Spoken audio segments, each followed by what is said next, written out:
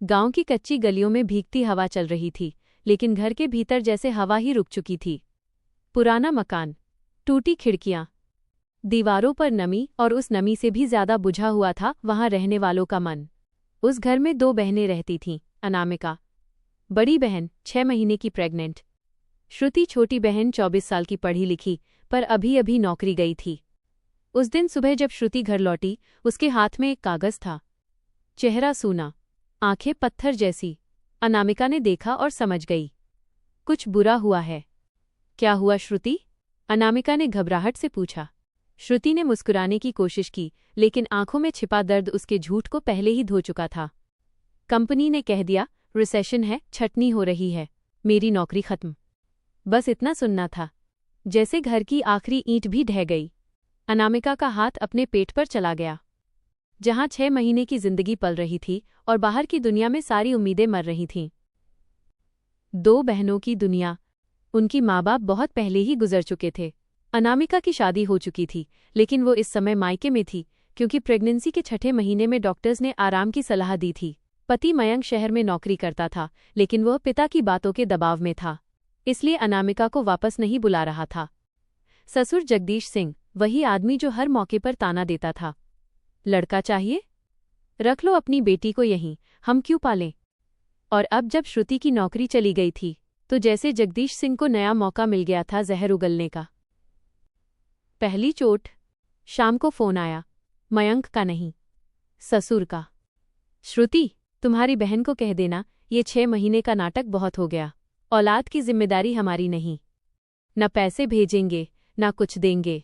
जो करना है तुम लोग खुद करो, हम कोई सेवा आश्रम नहीं चलाते। फोन कट गया। अनामिका वहीं बैठी रो पड़ी। उसके पेट में पल रहा बच्चा जवाब नहीं दे सकता था, पर जुल्म महसूस कर रहा था। श्रुति उसे संभालने के लिए पास आई, लेकिन अब वही बहन जो कल तक हंसती थी, आज कह रही थी, दीदी हम अब कैसे चलेंगे? नौकरी गई, बचत खत्म, और ऊपर से लोग तो जैसे तैयार बैठे हैं ताना देने को। अनामिका ने कुछ नहीं कहा।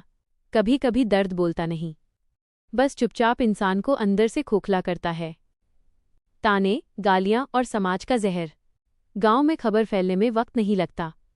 अरे सुना, छोटी वाली की नौकरी भी गई, और बड़ी वाली 6 महीने पेट लेकर मायके में बैठी है, ससुराल वालों ने निकाल दिया होगा। वो ससुर जी क्या कह रहे थे? हाँ, पेट में बेटी होगी इसलिए बोझ फेंक दिया।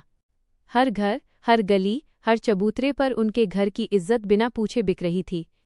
कभी कभी इंसान अभाव से नहीं, समाज की बातों से टूटता है। पैसे, कर्ज और टूटता वजूद। श्रुति के पास सिर्फ 3700 रुपये बचे थे। अनामिका की दवाइयाँ, डॉक्टर की फीस, आने वाला बच्चा, खाने पीने का खर्च, बर्तन, पानी, बिजली। जिंदगी एक एक हड्डी चबा रही थी। श्रुति ने नौकरी ढूंढने की कोशिश की, लेकिन प्रेग्नेंट बहन को छोड़कर वो शहर नहीं जा सकती थी। ऑनलाइन काम की कोशिश की, पर ठगी का शिकार हो गई। लोन लेने गई, बैंक ने कहा गारंटी दो।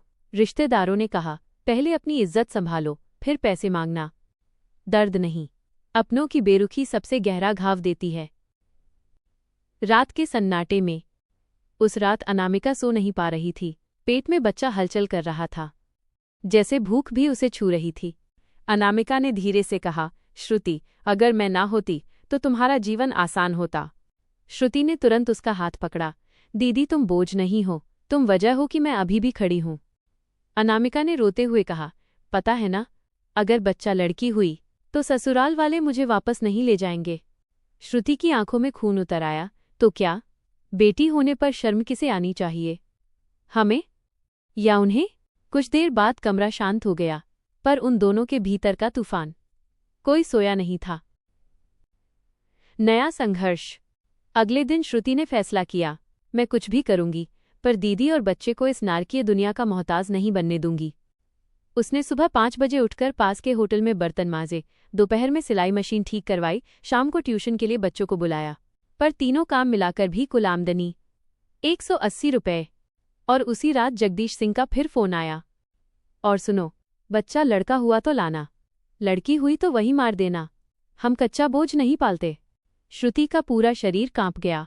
दिल में पहली बार नफरत जगी, आग की तरह। अध्याय 1 का आखिरी मोड़। रात के 11 बजे। पेट में दर्द शुरू हो गया अनामिका के।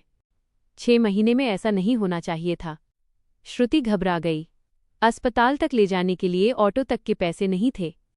बारिश थी, सड़क खाली, रोशनी कम।